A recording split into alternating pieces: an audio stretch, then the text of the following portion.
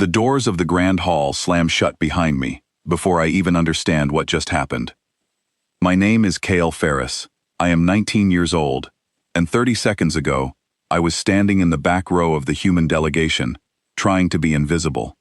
Now every eye in this alien palace is on me, and my hands will not stop shaking. The one they call Princess Saravantha is still pointing at me. Her arm is raised, her clawed finger aimed straight at my chest, and her voice, calm and cold, still echoes off the crystal walls. He will be mine. Nobody in the hall moves. Not the tall insect-like nobles in their silver robes, not the guards with their long silent weapons, not even my own commander, Owen Blake, who is staring at me like I have just been sentenced to death. I am the youngest soldier in the entire human fleet.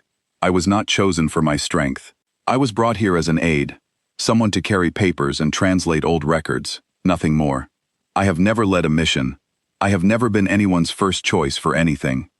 So why is the heir to the Threnal Dominion choosing me, in front of every species in the galaxy, as her personal champion?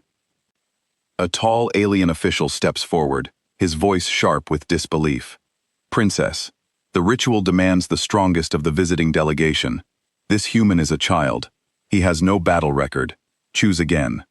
Saravantha does not lower her arm. Her eyes, a deep violet color, stay locked on mine. I have chosen. The right of champions does not ask for the strongest sword. It asks for the one worth watching. I have watched him. My chest tightens. Watched me? I have never even spoken to her before tonight. Commander Blake steps beside me, his jaw clenched so hard I can hear his teeth grinding. He leans down and whispers, "Do not say a word, Cale. Not one word. This could be a trap to break the treaty before it is even signed." I nod, but my mind is racing.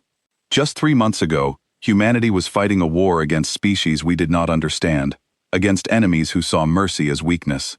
That war ended with a treaty none of us fully trust. If I refuse this princess in front of her entire court, I could be the reason that treaty collapses tonight.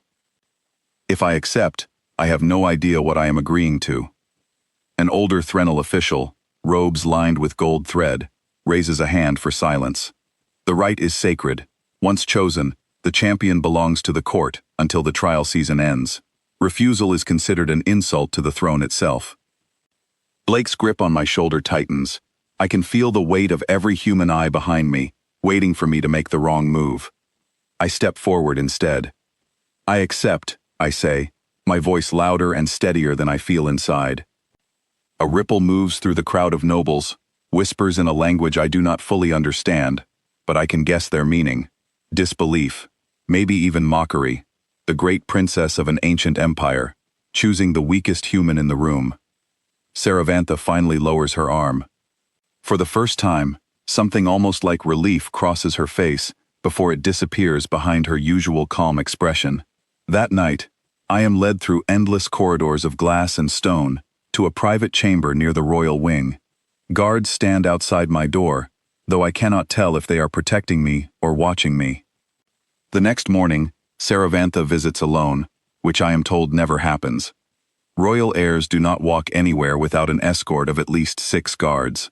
She waves them off at the door and steps inside like she owns the silence between us, which, I suppose, she does. "You want to know why I chose you," she says. "It is not a question." The thought crossed my mind, yes. She studies me for a long moment. "During the war, there was a battle at the Corin line. Your unit had already won. The enemy soldiers were wounded, unable to fight. Your commanders ordered a full advance. You stopped. You pulled 3 wounded soldiers from the field before the retreat, soldiers who were not even from your side." My stomach drops. I remember that day clearly. I never told anyone what I did, not even my closest friends. "How do you know about that?" "The Dominion watches everything," she says simply. "Your kind fought like you had nothing left to lose. Half your officers wanted to burn every enemy position to the ground, but you stopped and saved lives that were not yours to save. In my entire life, I have never seen a Threnal soldier do such a thing. I wanted to understand why." For a moment, neither of us says anything. Outside the window, twin suns rise over spires of pale stone, and somewhere far below, The city hums with life I still do not understand. So this isn't about strength, I say slowly. It's about seeing if I would do it again. Perhaps, she says, or perhaps I simply wanted someone at my side who would not lie to me. Before I can respond, the door bursts open. A young officer, with dark red markings on his face, stumbles in, breathless. Princess, there has been an attack in the lower gardens. One of the human delegates is injured. My blood turns cold. Blake was heading there for a meeting with local officials less than an hour ago. We run. The lower gardens are chaos when we arrive. Guards surround a fallen figure, and my heart nearly stops until I see it is not Blake, but a young translator from our delegation, struck down but breathing, a deep gash across his arm. Threnal healers are already working on him. Saravantha kneels beside the guards, questioning witnesses, her calm expression replaced by something sharper, angrier. Who did this? A guard hesitates before answering. The attacker escaped through the eastern corridor before we arrived. We found this near the body. He holds up a small blade, its handle carved with a symbol I do not recognize, but Saravantha's face goes pale the moment she sees it. That mark belongs to House Draval, she says quietly. They have opposed this treaty since the beginning. They believe humanity should have been crushed, not welcomed. They want the treaty to fail, I say, putting the pieces together. If a human is attacked here, in the palace, during the rite, it could look like the Dominion cannot protect us. It could break everything. Or worse, she adds, standing slowly. If they can make it look like you were involved, they discredit both of us at once.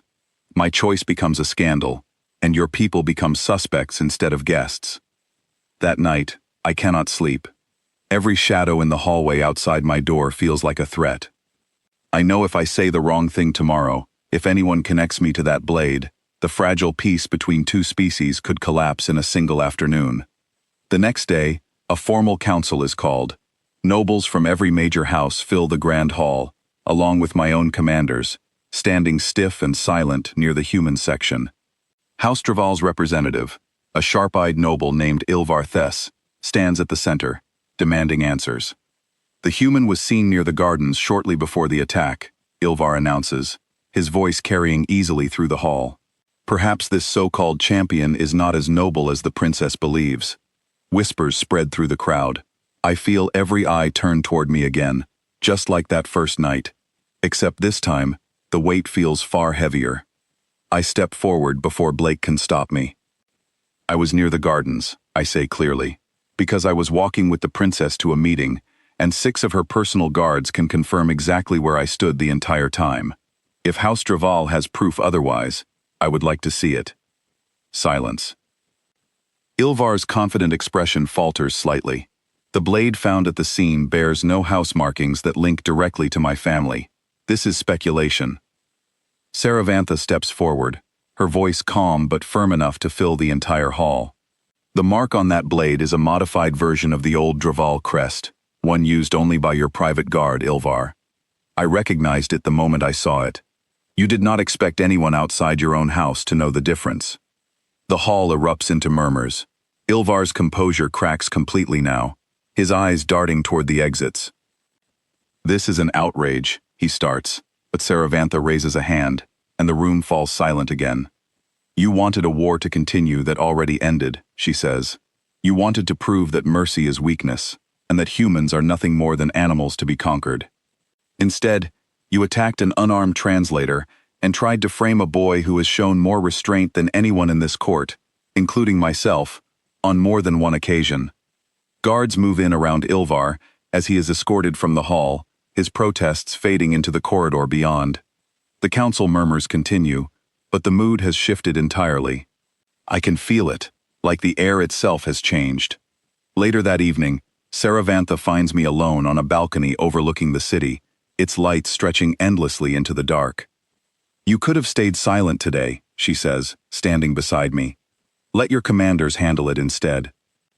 I've spent my whole life being the one nobody expects anything from, I say. I think I'm done waiting for someone else to speak for me. She almost smiles, something I have not seen from her until now. When I pointed at you that first night, everyone in this hall thought I had chosen the weakest warrior in the room, They believed strength was the only thing worth choosing. And what did you believe? I believed I had found someone who understood that strength without mercy is simply cruelty with better weapons, she says. I still believe that. Below us, the twin suns finally sink beneath the horizon, and for the first time since I arrived in this strange palace, I do not feel like a hostage, or a trophy, or the weakest choice in the room. I feel like exactly what she said I was, from the very beginning. Someone worth watching,